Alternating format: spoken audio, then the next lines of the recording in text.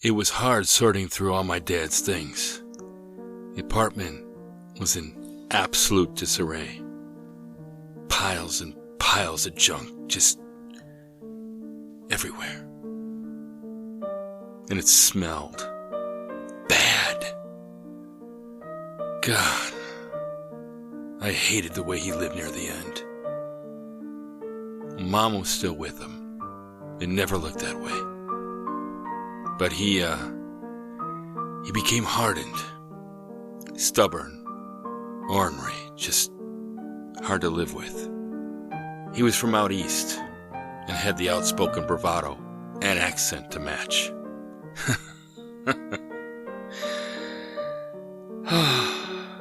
My old man, prideful old cuss. He was never wrong, and he liked to argue, boy. And he was one of those big fish embellishers. You know the kind. It's all true, depending on how you're leaning. And believe me, Dad's greatest audience was his poker buddies and himself. And one of his favorite pastimes was to go to the flea market or garage sale and haggle over the price of something he had interest in, even if it had already been marked down. And if not that, he indulged himself in getting into a scrap every so often with someone who had a stark differing opinion, whether it be political or even if he liked something that you didn't like and you made it clear how much you didn't like it, well, you'd either have to deal with them or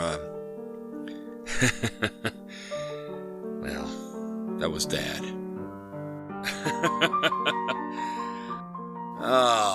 Yeah, I remember him getting into it once when I was a kid with another dad.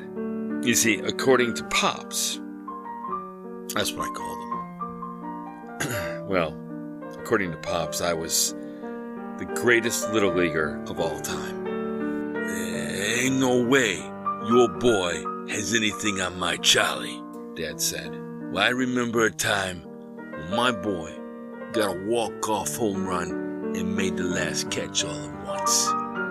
Now, Dad could spout facts like an almanac, so long as it was his version of it. He couldn't tell you the names of any of my cousins, but he never forgot the stats of a ball game.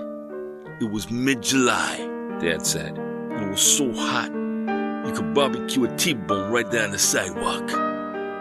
My boy pitched a hell of a game. But you see, it wasn't getting much support from the rest of the team. I played outfield. Never pitched a game in my life. But that's what Dad wanted me to do, so according to him, I did. And time was unfortunately running short on the boy. So last inning rolls around, you see. And they got us down by 2 with 2 outs. But there's runners on the corners, and my boy's up. First pitch, whack! He drives one down the first base line. Foul. Second pitch, strike 2. Charlie got caught looking. Now, if I told the boy once, I told him 1,000,000 times, always go down swinging. Next 2 pitches were balls anyway, so I gave him a pass. But then, Charlie, he dug in, just like I taught him. Pitcher stared him down. Charlie didn't blink. The windup and the pitch, perfection. I mean, we're talking the pitch of all pitches.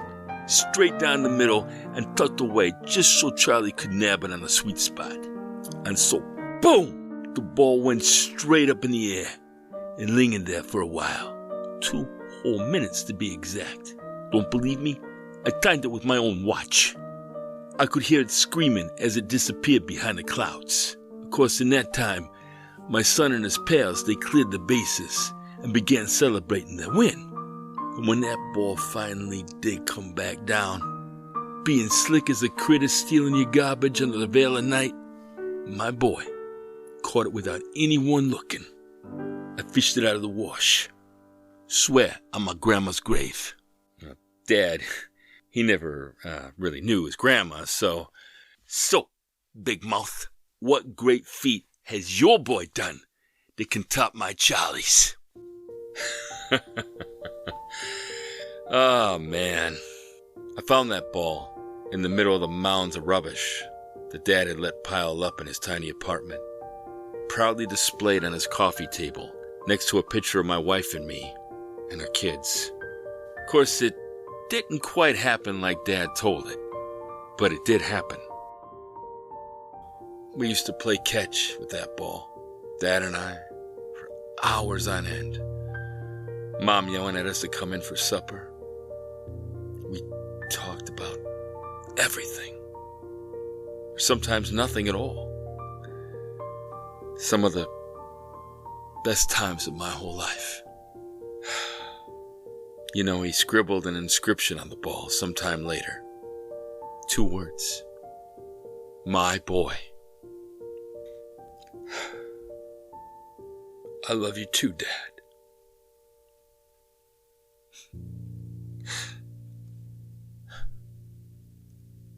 I love you too.